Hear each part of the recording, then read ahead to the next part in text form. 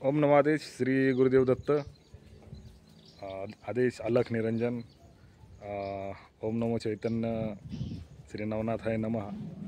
माझ्या मागे जर का तुम्ही बघत असाल तर मी काल तुम्हाला बोलल्याप्रमाणे हे पाठीमागे श्री चैतन्य गहिनीनाथ बाबाचं मंदिर आहे, जे की हर्सुल सावंगी कृष्णापूरवाडी हे छत्रपती संभाजीनगर येथे आहे। हेच ते मंदिर आहे। मला तुम्हाला जे सांगायचं होतं काल की माझा विश्वास नव्हता।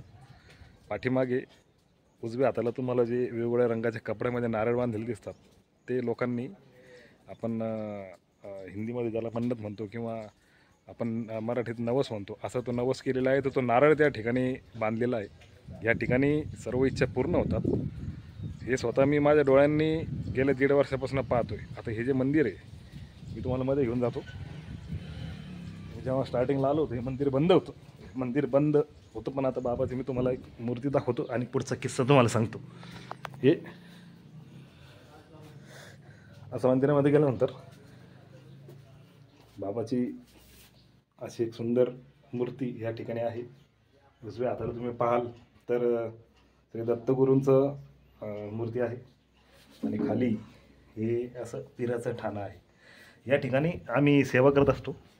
महत्त्वाचा मुद्दा सांगायचा असा होता की 1.5 वर्षांपूर्वी माझा विश्वास नव्हता, परंतु मी इथं आल्यानंतर जेव्हा हे मंदिर बंद होतं, मी नाराज होऊन माझ्या घराकडे निघालेलो असताना एक साधारणतः 1.5 किलोमीटर वापस मी फिरल्यानंतर मला एक ओळखीच्या व्यक्तीशी माझा परिचय होता। तर त्यांनी मला आमचे सध्याचे जे गुरु आहेत किशोर दुसाने म्हणून, त्यांच्या घराचा मला पत्ता दिला। मला ॲक्च्युअली त्यांचं आडनाव तेव्हा माहिती नव्हतं, फक्त किशोर भाऊ इथे सेवा करतात हे माहिती होतं। मी माहिती झाल्यानंतर मी सावंगीला त्यांच्या घरी गेलो, हर्सुल सावंगीला। तर गेल्यानंतर स्टार्टिंगला त्यांच्या वडिलाला भेटलो पहिले, नंतर त्यांच्याशी भेट झाली।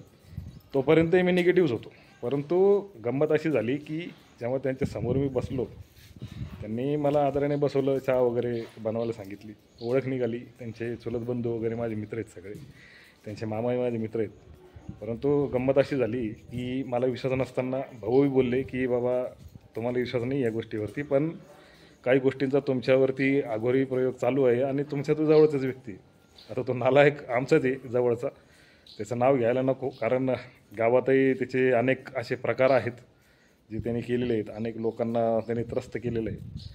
ठीक आहे, मलाही त्यांनी पूर्णपणे बरबाद करून सोडलेला होता, पण बाबांची कृपा आणि गुरूंचा आशीर्वाद यामुळे मी आज तुमच्यासमोर उभा आहे।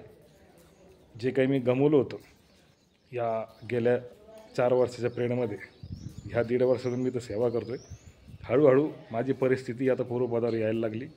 माझा चेहरा तुम्ही जर का बघाल तर माझ्या चेहऱ्यावरती एक प्रकारचं तुम्हाला तेज दिसतं, माझ्या डोळ्यांमध्ये एक प्रकारचं तेज दिसतं। हे सगळं ह्या सेवेतून आणि जे मी ध्यान करतो त्या माध्यमातून हे सगळं आलेलं आहे। सांगायचं तात्पर्य असं आहे की याच्यात बरेचसे लोक म्हणतील की हा काही सांगतो, काही हे करतो, तर आता तो ज्याच्या त्याचा विचार असतो। परंतु माझ्या मते तुम्ही अध्यात्माशी जोडल्या जा। अध्यात्म हे खूप प्रभावी माध्यम आहे की जे तुमचं मन आणि तुमचं राग वगैरे याच्यावरती कंट्रोल करतं। तुम्हाला चुकीच्या गोष्टींपासून लांब राहण्यासाठी ह्या गोष्टीची बरीच मदत होती। आता जेव्हा मला माझ्या गुरूने या सगळ्या गोष्टी सांगितल्या, मला रात्री झोपसुद्धा येत नव्हती, माझे हातपाय दुखायचे, माझी आर्थिक लक्ष्मी बंद केलेली होती, माझा व्यवसाय बंद केलेला होता।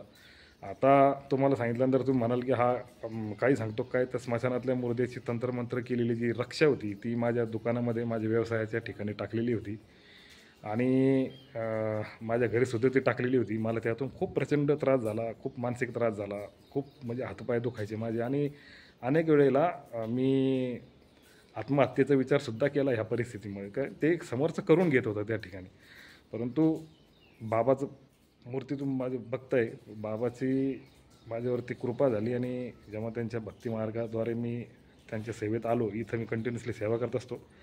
अनेक रंजले लोकांची मी सेवा माध्यमातून करत असतो। यानंतर नाथपंथ काय आहे, त्याचं नवनाथांचं त्यांनी कसं कसं कार्य केलेलं हे सर्व मी आपल्याला स्टेप बाय स्टेप सांगणार आहे।